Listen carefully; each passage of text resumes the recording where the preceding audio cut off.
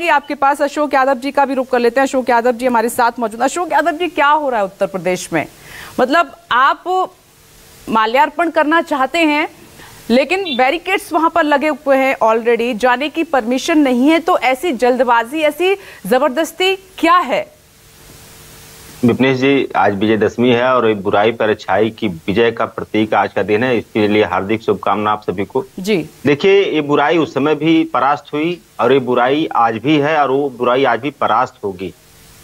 जो जयप्रकाश नारायण जी ने जो आंदोलन की शुरुआत किया था, संपूर्ण क्रांति आंदोलन, जो 5 जून 1974 में वो आंदोलन जो उन्होंने शुरू किया था, तानाशाही सत्ता के खिलाफ शुरू किया था। और आज जिस तरह से योगी सरकार, विशेष तौर से भाजपा सरकारों में सबसे ज्यादा तानाशाह सरकार बनी और इस तानाशाही सत्ता के खिलाफ हमारे राष्ट्रीय अध्यक्ष जी लगातार लड़ाई लड़ रहे हैं। और वो विचारधारा की लड़ाई है विपनेश जी। योगी सत्ता नहीं चाहती कि जेपी के आंदोलन का कोई इस तरह का पुट जो है उत्तर प्रदेश में दिखाई दे जो उनकी तानाशाही सत्ता के लिए चुनौती हो सके। लेकिन जिस तरह से पिछले बार भी रोका गया, इस बार भी तो टीन शेड की दीवारें खड़ी कर दी गई वहां पे, लेकिन ये दीवारें वो खड़ा करके जेपी की विचारधारा को नहीं रोक सकते। जब उस दौर में जेपी की विचारधारा नहीं रोक सके तो आज तो जेपी के फॉलोअर करोड़ों में हैं, आप कैसे रोक सकते हैं?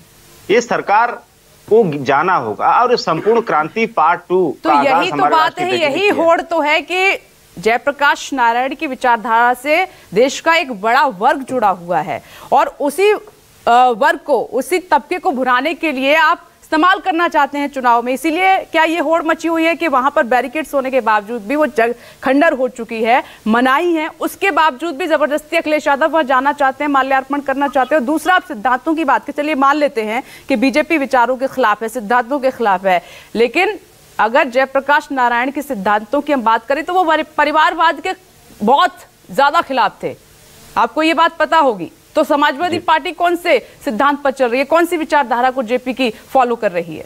अशोक यादव जी, देखिए, पहला सवाल आपने जो किया कि वो इमारत पे क्यों जा रहे हैं, आप ये बताइए, लगभग 800 करोड़ से बनी हुई वो इमारत खंडहर क्यों हुई?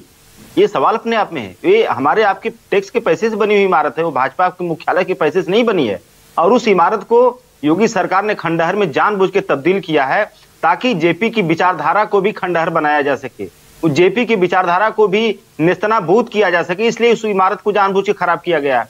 और इमारत खराब होने से क्या फर्क पड़ता है? अगर जेपी की विचारधारा में हमारी आस्था, हमारे राष्ट्रीय अध्यक्ष जी बिल्कुल जाएंगे। उन्होंने तो चैलेंज किया कि लाख आप बैरिकेड्स कर दो, क्योंकि कल त्योहार का दिन था, नवरात्र चल रहा है, इसलिए उन्होंने कहा कि ठीक है, हम इसको स्थगित करते हैं वहां जाने का प्रोग्राम। नहीं तो समाजवादियों का रास्ता इस तरह के छोटे मोटे बैरिकेड्स नहीं रोक सकते विपनेश जी। समाजवादियों का हौसला बहुत बड़ा है। दूसरी बात, आपने कहा जेपी की विचारधारा को लेकर के, समय और परिस्थिति के हिसाब से कभी कभी विपनेश जी परिस्थितियों में परिवर्तन करना पड़ता है, स्ट्रेटजी में परिवर्तन करना पड़ता है। ये समय की मांग के हिसाब से है। और हमारे जो भी परिवार के लोग हैं उनका किसी का मनोनयन नहीं हुआ है विपनेश जी। सभी लोग जनता की अदालत में गए हैं। विचारधारा में परिवर्तन करते रहते हैं समाजवादी पार्टी ने, चुनाव को लेकर के नहीं, आप दुहाई मत दीजिए ना कि हम बहुत बड़े हितैषी हैं।